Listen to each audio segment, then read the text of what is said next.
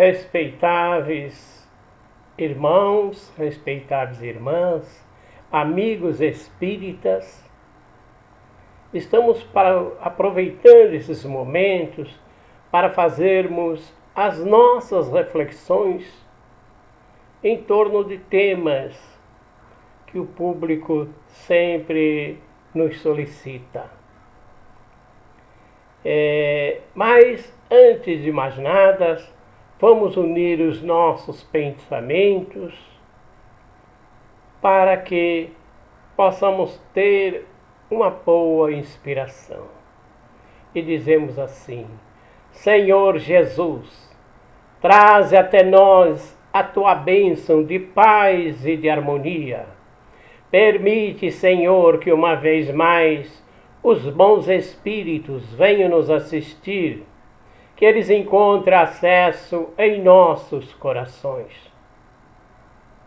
E assim, Senhor, que possamos honrar-te o nome, a tua presença entre nós, Jesus.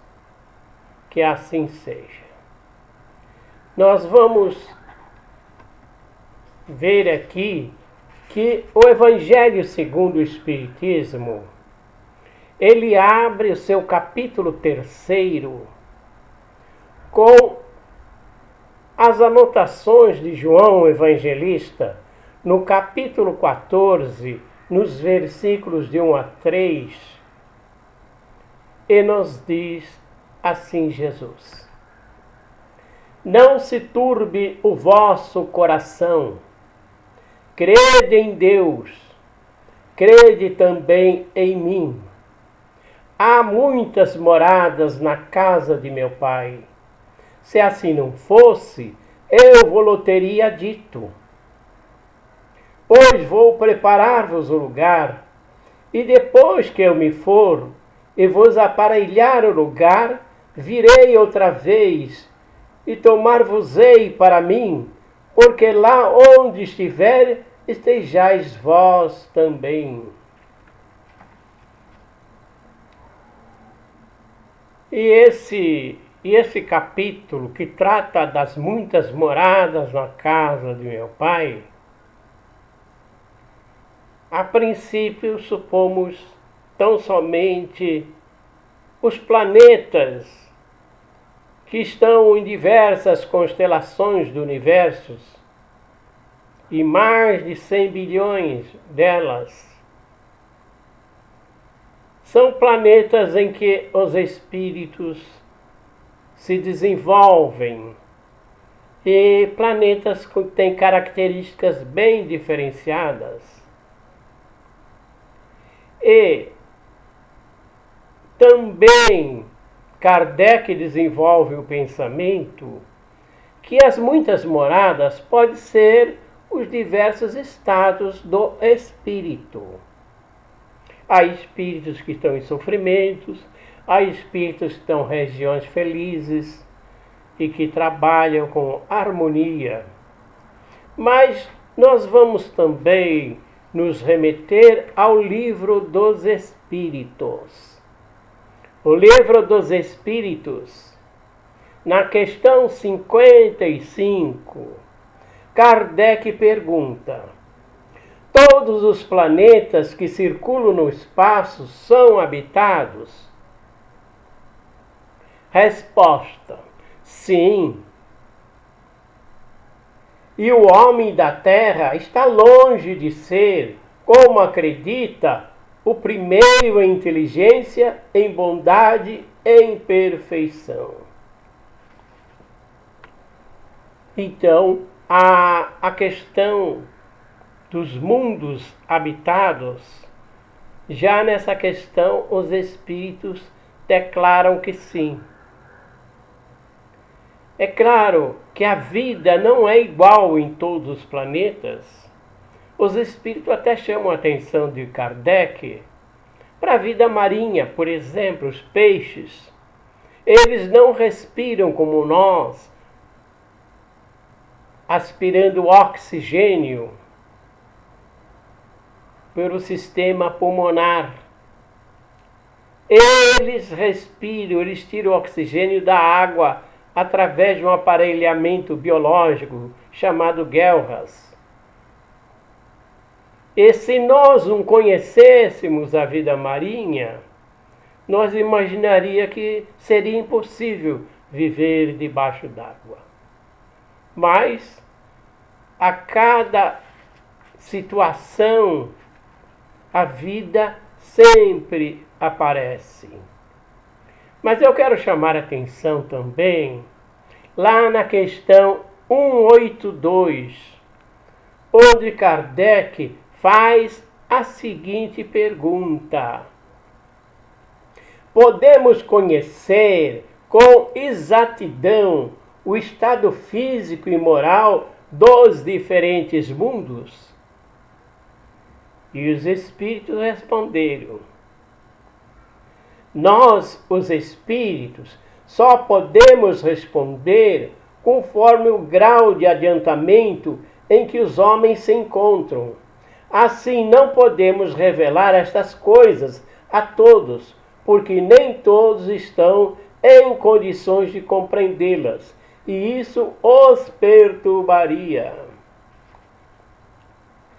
O que eu quero refletir com essa questão 182? É que na época em que Kardec vivia, muitas coisas ainda aconteceriam no mundo, muitas invenções. O homem teria novos referenciais. E, a partir então, é que o tempo nos trouxe médiuns como Chico Xavier, que nos trouxeram revelações que naquela época não seriam entendidas, nem lhe dado credibilidade. Aliás, certa feita, o espírito de Emmanuel, que é o guia espiritual de Chico Xavier, disse-lhe: eu vou te apresentar um amigo que vai te acompanhar, porque ele tem uma grande tarefa junto a ti. E esse espírito acompanhou Chico Xavier durante 2 anos. E esse espírito contava histórias da Roma Antiga. E o Chico ficava desconfiado. Ele pensava, será algum personagem de há 12.000 anos? E por que aquele acompanhamento era necessário? É porque quando nós temos um espírito que nós estamos em contato com a primeira vez, é preciso criar uma afinidade com o médium. E era isso que o André Luiz, mais tarde ficaria conhecido, estava fazendo. Por sinal, Chico Xavier pergunta: qual é o seu nome? E o espírito disse ao Chico: qual o nome desse que está dormindo aí? Que era o irmão de Chico Xavier. E o Chico respondeu: é André Luiz. Então chame-me de André Luiz. Já se percebia que esse espírito não queria que ninguém soubesse o seu nome de quando encarnado. Até porque ainda existiam parentes seus, familiares, encarnados ainda, e poderia gerar uma perturbação no âmbito espírita, como já ocorrera com Humberto de Campos, que a família processou a Federação Espírita Brasileira por conta dos direitos autorais. É claro que a família perdeu. Senão seria até uma consagração da imortalidade da alma. Mas o espírito não gera dividendos para os familiares encarnados. E então, 2 anos depois, esse espírito começa a escrever um livro que seria editado em 1944, um livro cujo nome é Nosso Lar. e que ele vai falar de uma colônia espiritual do mesmo nome. Por sinal, quando o Espírito começa a desenvolver esse livro, o Chico Xavier se inquietou. Ele pensava, isso aqui é ficção, isso aqui não é verdade. E foi necessário que o Espírito de Emmanuel o tomasse em desdobramento e levasse até a colônia Nosso Lar, para que ele constatasse a realidade do que estava sendo dito por André Luiz. Quem foi André Luiz? André Luiz foi um médico. E foi um médico que não trabalhava por amor, não. Ele trabalhava para ganhar dinheiro. Ele não era um benfeitor da humanidade. A sua secretária, às vezes, pedia para que ele atendesse alguns pacientes pobres que não podiam pagar a consulta. E ele fazia por deferência à secretária, não porque ele gostava de atender. Mas isso mais tarde, quando ele esteve no plano espiritual, já em Nosso Lar, ele foi defrontado com espíritos que tinham gratidão a ele. E ele recebia aqueles agradecimentos com um peso na consciência, porque ele sabia que ele não tinha atendido por amor. Então, o André Luiz era um homem comum. Era um homem que desencarnou porque devido à bebida, devido à alimentação inadequada, ele veio a desencarnar numa mesa de cirurgia. E, como mais tarde o próprio André Luiz iria notar, que a nossa responsabilidade tem o tamanho do nosso conhecimento, ele foi acusado de suicida. Primeiro, nas regiões umbralinas, onde ele sofreu muito e encontrava aqueles que o acusavam. E ele dizia, eu não me matei, eu morri numa mesa de cirurgia.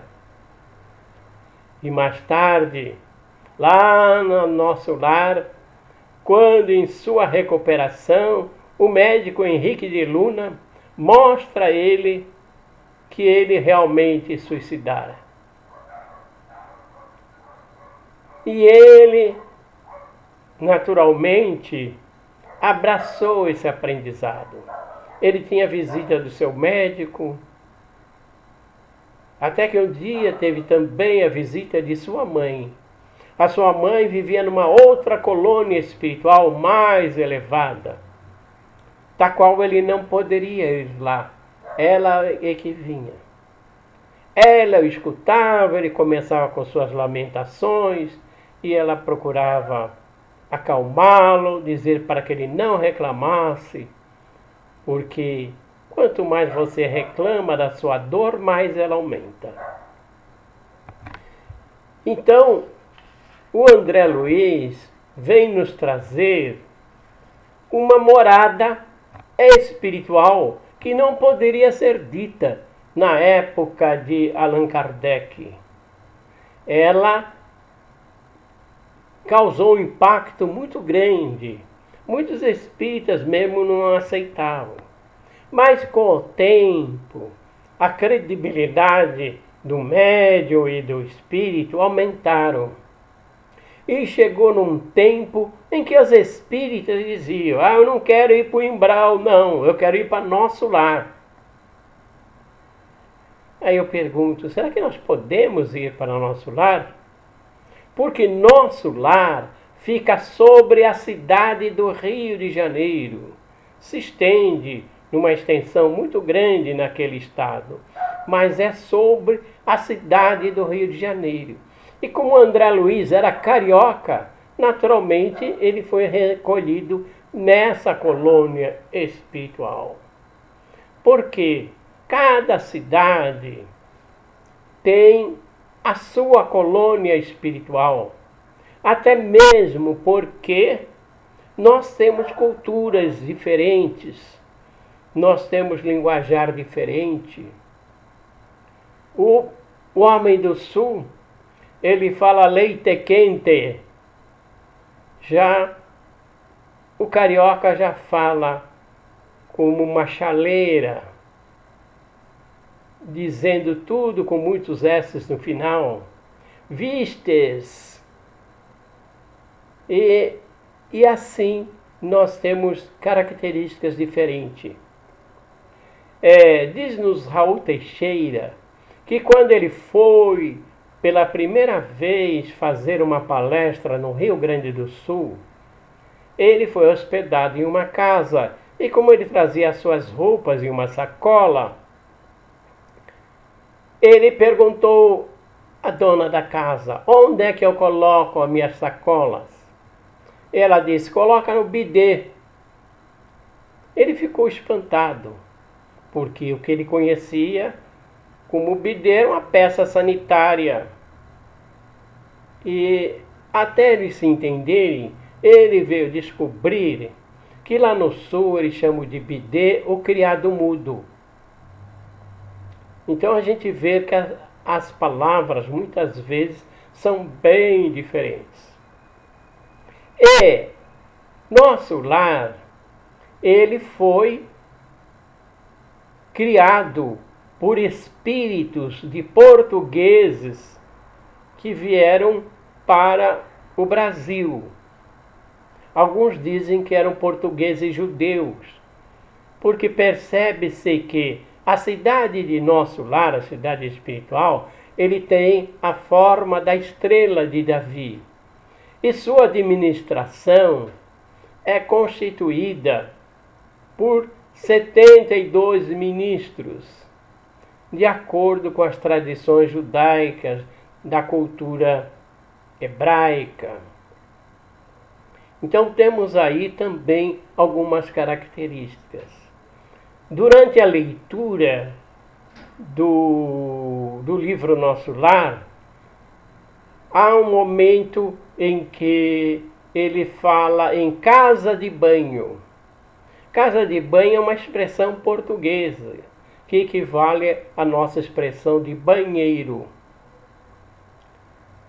Então, ainda permanece no linguajar daqueles habitantes de nosso lar as expressões trazidas de Portugal.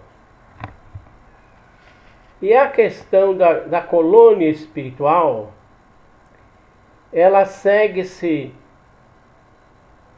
em outros eventos.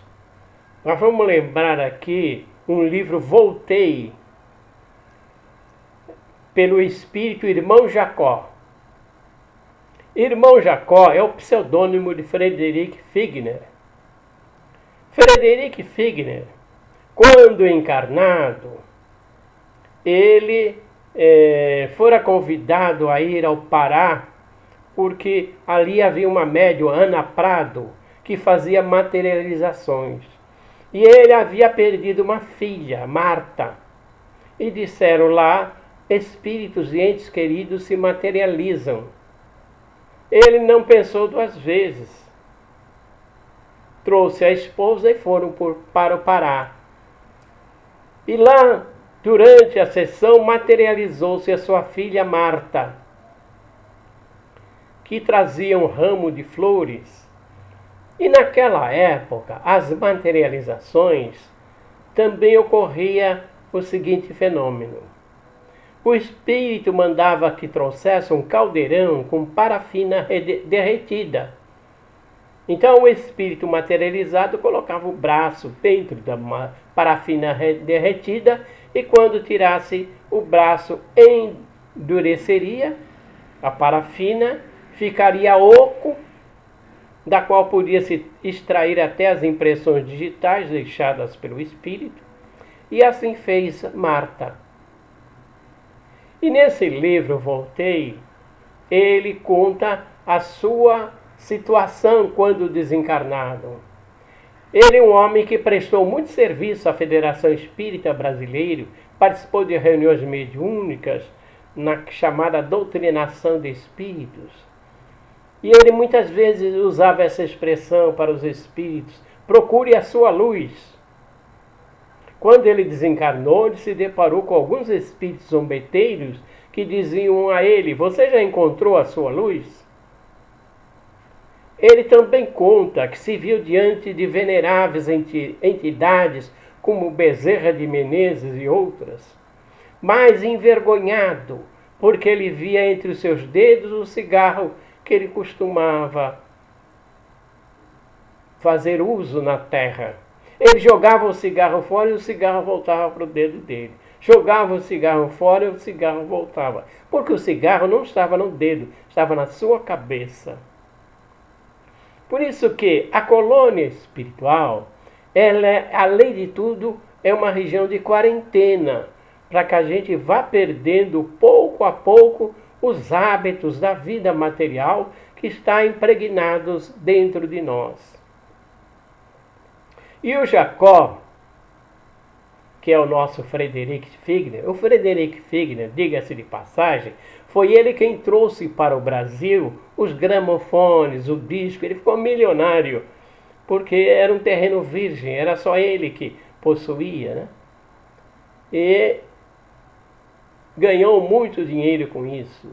Os biógrafos diziam que ele subia o morro com alimentos para distribuir para os pobres, mas ele tinha grandes imperfeições que era da sua necessidades evolutivas ainda na Terra.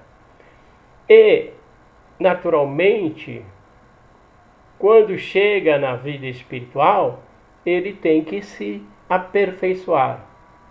Mas é curioso também que ele encontra a sua filha Marta, que foi visitá-lo.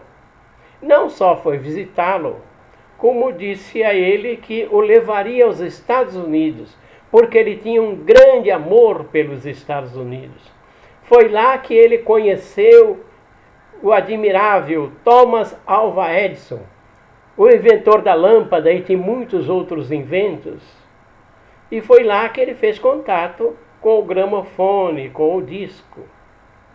E percorreu toda a América do Sul, depois fixou-se no Brasil, para que pudesse assim estabelecer o seu comércio. Aqui casou, constituiu família. Então a Marta o levou aos Estados Unidos, lá na Califórnia, e lá ela levou a colônia espiritual onde estava Thomas Alva Edison. Embora o Thomas Alva Edison tivesse muitas atividades, ele reservou um tempo para o grande admirador de seus inventos e de sua obra. Assim nós temos que lá nos Estados Unidos havia uma colônia espiritual que abrigava os norte-americanos. Assim também, aqui em São Paulo, nós temos a colônia Alvorada Nova. Por sinal, é o título de um livro que trata dessa colônia. Então, os espíritas aqui de São Paulo não vão para a colônia Nosso Lar, vão para a colônia Alvorada Nova, ou, dependendo da região, a outras colônias. Há centenas, milhares de colônias espirituais. E é claro, uma pessoa que está numa colônia espiritual, lá em Curitiba, por exemplo, faz muito frio, pode ser que essa pessoa seja do Rio, seja carioca, e tenha ido para lá para trabalhar, tenha constituído família, mas não suporta o frio daquela região. Tem muitas saudades do Rio, da música do Rio, da feijoada, enfim, assim como o gaúcho tem saudade do chimarrão. E, naturalmente, se ele desencarna lá em Curitiba, o primeiro atendimento vai ser em Curitiba, mas depois ele acaba sendo designado para habitar uma colônia no Rio de Janeiro, como é a de Nosso Lar. Então nós temos aí as colônias espirituais para nos abrigar E eu quero lembrar também que Divaldo Pereira Franco também tem o seu primeiro romance, que é Além da Morte. Além da Morte é psicografado pelo espírito de Otília Gonçalves. Foi a primeira tia lá da Mansão do Caminho. E essa tia nos dá conta nesse livro que ela foi recolhida para uma colônia espiritual chamada Redenção, que fica sobre a cidade de Salvador. Já é uma outra colônia espiritual. E lá ela se identifica, ela aprende muitas coisas e vem dizer como foi o desencarne dela através desse livro. E interessante que a colônia chama-se Redenção. Talvez em homenagem a isso, o Divaldo colocou o nome do primeiro centro espírita que ele fundou, que é o Centro Espírita Redenção, associado então ao nome. Dizem que aquela coleção do Emmanuel, que é Caminho, Verdade e Vida, Fonte Viva, Vinha de Luz, Pão Nosso, que cada título desse livro é título de uma colônia espiritual. Então nós vemos aí que as colônias espirituais são muito importantes. E uma das coisas emocionantes foi que o livro Nosso Lar ganhou as telas de cinema. E a sétima arte mostrou-nos a vida espiritual, como ela é, com suas regiões de felicidade e regiões de acolhimento, trabalho e felicidade, como são as colônias espirituais. Então você pode, num primeiro momento que desencarna, ser recolhido num posto socorrista ligado à casa espírita, que você faz parte, e depois de algum tempo você é transferido para uma colônia espiritual. E foi nessa colônia espiritual que André Luiz absorveu muito conhecimento. Ele se transformou no repórter do além, como médio desses instrutores, desses mentores de André Luiz, que nos repassaram inúmeras lições, inúmeras experiências da vida espiritual. Então, quando Nosso Lar ganha as telas, milhares de pessoas vão ter contato com a doutrina espírita pela primeira vez através dessa obra. Poderiam ter filmado há 2000 anos Paulo Estevão, Ave Cristo, que seriam filmes extraordinários, tal qual Ben-Hur, um filme épico, mas oportunamente optaram por mostrar a vida espiritual através do filme Nosso Lar. Que nós possamos, diante desses fatos todos, imaginarmos que possamos estar um dia sendo acolhidos numa colônia espiritual. E que Jesus possa nos abençoar hoje, agora e sempre. E lembrando o poeta de uma das músicas cantadas em Itapira, no Hospital Espírita Américo Bairral, ela nos dizia assim: a ilusão do mundo passa como a flor, que hoje se entreabre para amanhã morrer. A alegria eterna só no eterno amor de Jesus nós poderemos conhecer. Vamos, à porta estreita que preludia a redenção. Vamos, à luz da vida que nos atrai com seu clarão. Para merecermos as mansões de luz, quando a morte um dia nos calar a voz, não é suficiente crermos em Jesus. É preciso que ele possa crer em nós. Muita paz e até breve.